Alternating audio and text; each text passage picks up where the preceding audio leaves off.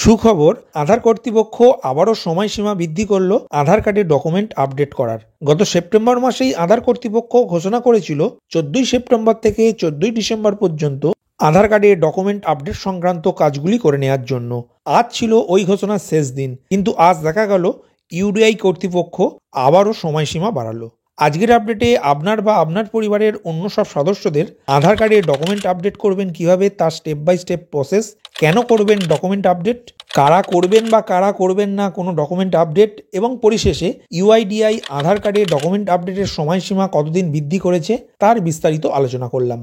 নমস্কার বন্ধু, আপনি দেখছেন আপনার প্রিয় চ্যানেল কুন্ডু টেলিকম, সাথে আমি অনিমেষ। আপনার কাছে ছোট্ট অনুরোধ, আপনি এই চ্যানেলে নতুন হলে সাবস্ক্রাইব করবেন চ্যানেলটিকে এবং অল নোটিফিকেশন বাটন অন করে রাখবেন এই পরিবারের নতুন নতুন আজকের আপডেট সবার আগে জানতে। ভিডিওটি আপনার কোনো উপকারে এলে অবশ্যই লাইক করবেন। চলুন শুরু করা যাক আজকের আপডেটটি। প্রথমেই জেনে নিন আধার ডকুমেন্ট আপডেট কি। আধার এনরোলমেন্ট অ্যান্ড আপডেট রেগুলেশন 2016 অনুসারে আধার নাম্বারধারীরা আধার কার্ড তালিকাভুক্তির তারিখ থেকে, অর্থাৎ আপনার আধার কার্ডটি যে তারিখে হয়েছিল সেই দিন থেকে প্রতি 10 বছর পূর্ণ হলে অন্তত একবার আপনার পরিচয়ের প্রমাণ পিওআই এবং আপনার ঠিকানার প্রমাণ পিওএ নথি জমা দিয়ে আধারে আপনার তথ্যগুলি আপডেট করতে হবে, যাতে আধার ডাটাবেসে আপনার তথ্যের নির্ভুলতা নিশ্চিত করা যায়। এখন আধার কার্ডে ডকুমেন্ট আপডেট কারা করবেন এবং কারা করবেন না জেনে নিন। যেসব আধার গ্রাহকের আধার কার্ড ইস্যু তারিখ 10 বছর আগের, সেই সকল আধার গ্রাহককে অবশ্যই ডকুমেন্ট আপডেট করতেই হবে।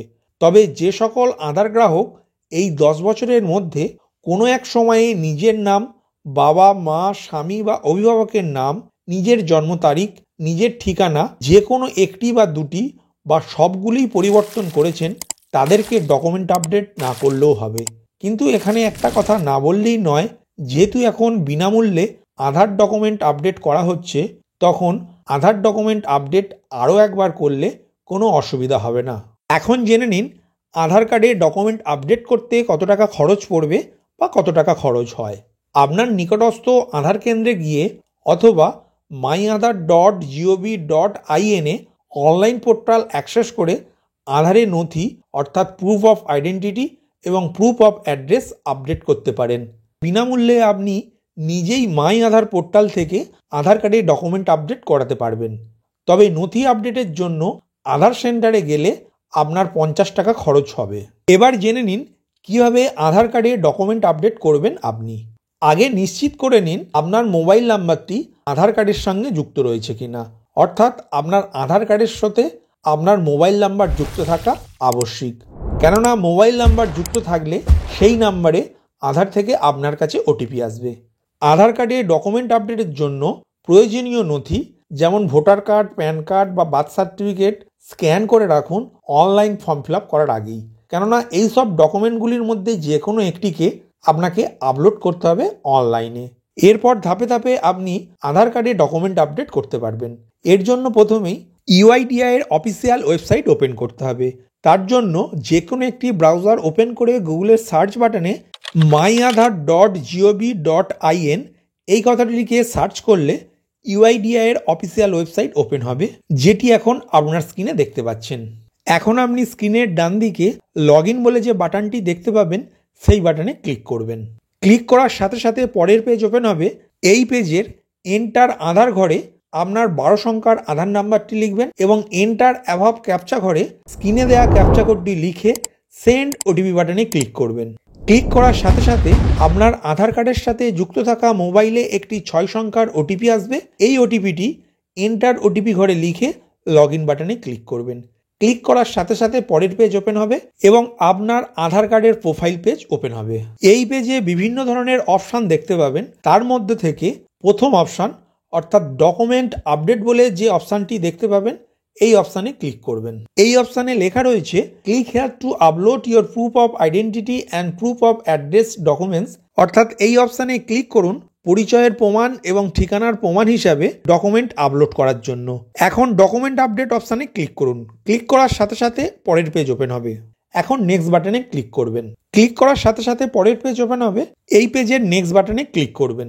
ক্লিক করার সাথে সাথে আবার একটি পেজ ওপেন হবে, যেখানে please verify your demographic details বলে লেখাটি দেখতে পাবেন। অর্থাৎ আপনার আধার কার্ডে যে লেখাগুলি আছে বা যে তথ্যগুলি আছে সেই তথ্যগুলি এখন আপনি অন স্ক্রিন দেখতে পাবেন। এই লেখাগুলি বা এই তথ্যগুলি যদি সঠিক থাকে তাহলে আপনি স্ক্রল করে নিচের দিকে আসবেন। I verify that the above details are correct, এই লেখার আগে যে চেকবক্স আছে সেই চেকবক্সে একটি টিক মার্ক দিয়ে নেক্সট বাটনে ক্লিক করবেন। ক্লিক করার সাথে সাথে পরের পেজ ওপেন হবে। এই পেজে আপনার ভোটার কার্ড, প্যান কার্ড বা এই জাতীয় যেসব ডকুমেন্টস আছে সেই ডকুমেন্টসগুলি আপলোড করতে পারবেন। এই ডকুমেন্টসের সাইজ হবে 2 MBর মধ্যে এবং ফাইল ফরম্যাট থাকবে জেপিইজি বা পিএনজি বা পিডিএফ। তবে এখানে একটি কথা উল্লেখ না করলেই নয়, জেপিইজি বা পিএনজি ফরম্যাটে ফাইল আপলোড করবেন না, অনলি পিডিএফ ফরম্যাটে ফাইল আপলোড করবেন। এখন প্রুফ অফ আইডেন্টিটি অর্থাৎ পরিচয়ের প্রমাণ হিসাবে ডকুমেন্ট আপলোড করার জন্য please valid supporting document type এই অপশানে ক্লিক করবেন। ক্লিক করার সাথে সাথে অন স্ক্রিন বিভিন্ন রকম ডকুমেন্টের নাম দেখতে পাবেন। স্ক্রল করে নিচের দিকে আসবেন, ভোটার আইডি কার্ড বা ই ভোটার আইডি কার্ড অপশানটি চয়েস করবেন। চয়েস করার পর ডকুমেন্ট অ্যাডভাইসারি বলে একটি পপ আপ বক্স দেখতে পাবেন, এখানে ওকে বাটনে ক্লিক করবেন। এরপর view details and upload document অপশানে ক্লিক করবেন। ক্লিক করার পর please upload a valid document to process your request বলে একটি পপ আপ বক্স দেখতে পাবেন, এখানে কন্টিনিউ টু আপলোড এই বাটনে ক্লিক করবেন।